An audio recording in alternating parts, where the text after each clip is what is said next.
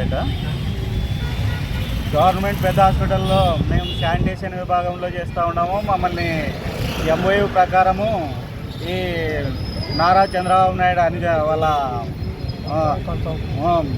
వాళ్ళ అనుచరులు భాస్కర్ నాయుడు అని పద్మావతి ఏజెన్సీ వారు మమ్మల్ని 50 సంవత్సరాలు పైబడిన వాళ్ళని మీరు తొలగిస్తున్నాము, మీరు వెళ్ళిపోండి అని అంటే మాకు ఎంఓయూ ప్రకారం కాదు, మాకేమన్నా ఉంటే గవర్నమెంట్ నుంచి ఏమన్నా ఆర్డర్ వచ్చింటే మాకు ఏదన్నా ఒకటి ఇవ్వండి.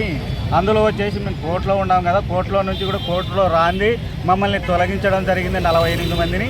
అందుకోసం వాళ్ళకి చెప్పడం ఏమంటే, మరి వాళ్ళు తీసుకునే దాంట్లో కూడా మళ్ళీ తీసుకునే దాంట్లో 50 సంవత్సరాలు పైబడిన వాళ్ళు తీసుకున్నారు కాబట్టి వాళ్ళు 50 సంవత్సరాలు పైబడిన వాళ్ళని తీసుకొని మళ్ళీ 50 సంవత్సరాలు పైబడిన తీసేయడం ఏంది? మేము రెగ్యులర్గా 25 సంవత్సరాలు చేసినాము.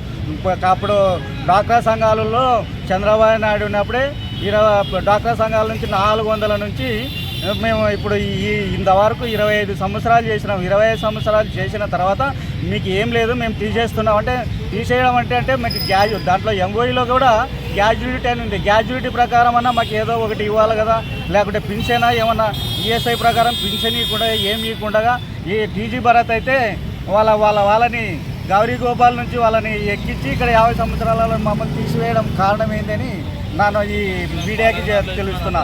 అందులో వచ్చేసి మాకు న్యాయం చేయాలని మా ఇందులో మేము హైకోర్టులో కూడా పెట్టినాము. హైకోర్టు నుంచి రాకముందే మమ్మల్ని తీసేసినట్టు నెల అయింది. మాకు ఇప్పుడు 1వ తారీఖు నుంచి మే నెలలో ఇప్పుడు 1 నెల అవుతుంది మాది తీసేసి కూడా.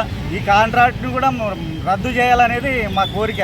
ఎందుకంటే ఈ అక్రమాలకు పాల్పడుతున్న ఈ కాంట్రాక్ట్ ఏం చేస్తుందంటే మమ్మల్ని తీసేసి మా ప్లేస్లో ఎక్కే వాళ్ళకి 1,00,000, 2 లక్షలు తీసుకొని వాళ్ళు డబ్బులకు అక్రమ పరిస్థితులు చేస్తున్న వాటి ఈ అక్రమాలను పాల్పడే వారిని రద్దు చేసి ఒక న్యాయమైన పరిస్థితిలో ఉన్న ఏజెన్సీని తీసుకోకుండా మమ్మల్ని గవర్నమెంట్ ఆబ్కాస్ పద్ధతిలో మాకు గవర్నమెంట్ రెగ్యులర్ ప్రకారం మాకు ఆ రెగ్యులర్ ఇవ్వాలని, అందులో సుప్రీంకోర్టు కూడా మాకు ఆదేశాల ప్రకారం సుప్రీంకోర్టు కూడా ఇచ్చింది.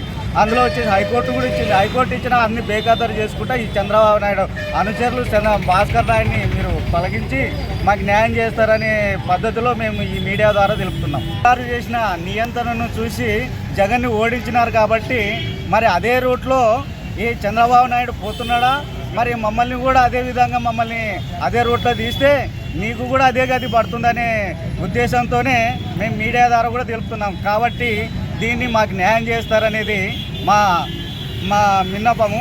అందుకోసం మీ డిపార్ట్మెంట్లకు కానీ డిపార్ట్మెంట్ వాళ్ళు కూడా పట్టించుకోవడం లేదు. ఇదే కలెక్టర్ కాడికి పోతే కలెక్టర్ మీకు ఏం లేదు, మీకు గవర్నమెంట్ నుంచి రావాలా, గవర్నమెంట్ అడుగుపోండి.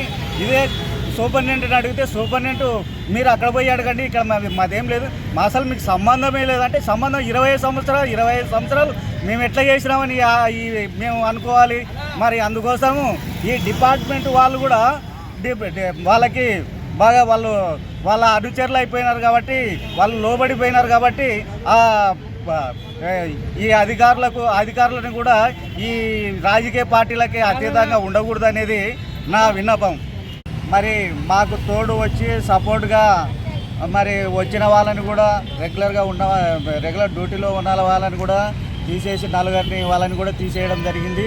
దీని మీద కూడా కఠిన చర్యలు తీసుకొని ప్రభుత్వ అధికారులు వాళ్ళని డ్యూటీలలోకి తీసుకోవాలని మేము మనవి చేస్తూ మరి అదే కనుక కొనసాగించాలని, మరి ఏజెన్సీలు ఇట్లా చేసేది పద్ధతి కాదని, దానికోసము మేము చెప్పేది ఏమిటంటే వాళ్ళని తీసుకొనడము, దాంట్లో మరి వేరే పార్టీలు ఏమి ఉండకూడదంట, యూనియన్ సర్వీసులు ఏమి ఉండకూడదంట. ఇట్లాంటివి ఉంటే మేము ఎవరినైనా తొలగిస్తామనే పద్ధతిలో రేపు సమ్మెకు కూడా వాళ్ళు కార్మికులని పూర్తిగా కట్టుదిట్టం చేస్తూ ఆ కార్మికులు ఎవరే కానీ సమ్మెకు పోకూడదనే పద్ధతిలో వీళ్ళని పక్కకు పెట్టి ఏదో భయభ్రాంతులకు గురి చేస్తూ వాళ్ళ బానిసలుగా తయారు చేసి కార్మికులను వాళ్ళ ఎట్టి చాకిరి ఒక ఉద్యోగం చేసే దాంట్లో 2 ఉద్యోగాన్ని చేపిస్తూ దాన్ని మళ్ళీ కార్మికులకి బానిసత్వం చేస్తూ కఠిన చర్యలు తీసుకొని ప్రభుత్వ అధికారులు అయితేనేమి, ప్రభుత్వం అయితేనేమి, డిపార్ట్మెంట్స్ అయితేనేమి వీళ్ళని బాగా కఠిన చర్యలు తీసుకోవాలని, ఇట్లా ఏజెన్సీలను రద్దు చేయాలనేది మేము విన్నవిస్తున్నాం. నా పేరు శారదమ్మ. ఇప్పుడు మేము ఎప్పటి నుండి చేస్తున్నామంటే డ్వాక్రా మహిళలని చంద్రబాబు నాయుడు గెలిచినప్పటి నుంచి మాకు ఆయననే ఇచ్చినాడు. అప్పుడు ఎంత 400-300 నుంచి చేసినాము. 400-300 నుంచి చేసుకుంటూ ఇన్నేళ్ళు చేసినాము. ఈరోజు ఆయన పరిపాలన మాకు ఇచ్చినాడు. మళ్ళీ ఆయన పరిపాలనే వాళ్ళ ఏజెన్సీ కంపెనీ వాళ్ళ బంధువులంట వాళ్ళు వచ్చి 1,50,000 1,00,000 అట్లా కట్టించుకొని మాకు 50 ఏళ్ళు ఉండినా తీసేసి వాళ్ళు మనుషులని డబ్బులు ఎక్కించుకొని మమ్మల్ని వీధుల్లో వేసినారు. ఇప్పుడు ఆయన పరిపాలన మాకు ఇచ్చి మళ్ళీ ఆయన పరిపాలన ఆయన తీసేపిస్తాడంటే మాకేమన్నా న్యాయం ఉందా? ఈ న్యాయాన్ని మాకు కొనసాగించాలా, మా ఉద్యోగాలు మాకు రావాలా, మా బతుకులు బజారు పాలేయకుండా మా కుటుంబాలు రోడ్డుకి ఇచ్చకుండా. ఇప్పుడు ఆయన ఇచ్చిన పరిపాలన నుంచి ఇచ్చిన ఉద్యోగము మా ఉద్యోగం మాకు వస్తే మా పిల్లలు మేము ఏదో ఒక ముద్ద బో తింటాము. ఆయన ఇచ్చి ఆయనని గుంజుకుంటే ఎట్లుంటుంది? పెద్ద ఆయన కదా అని ఇప్పుడు ఓట్లు వేసినాము, ఆయన గెలిచినాడు. ఆయన ఇచ్చిన కానీ ఆయన గుంజుకుంటే మా బంధువులు మా వాళ్ళని వాళ్ళు చేసుకొని ఇట్లా మాకు అన్యాయం అయితే చేసినారు. ఇదైతే న్యాయం కాదు సార్. మా ఉద్యోగాలు మాకు రావాలని మేము మనవి చేస్తున్నాం.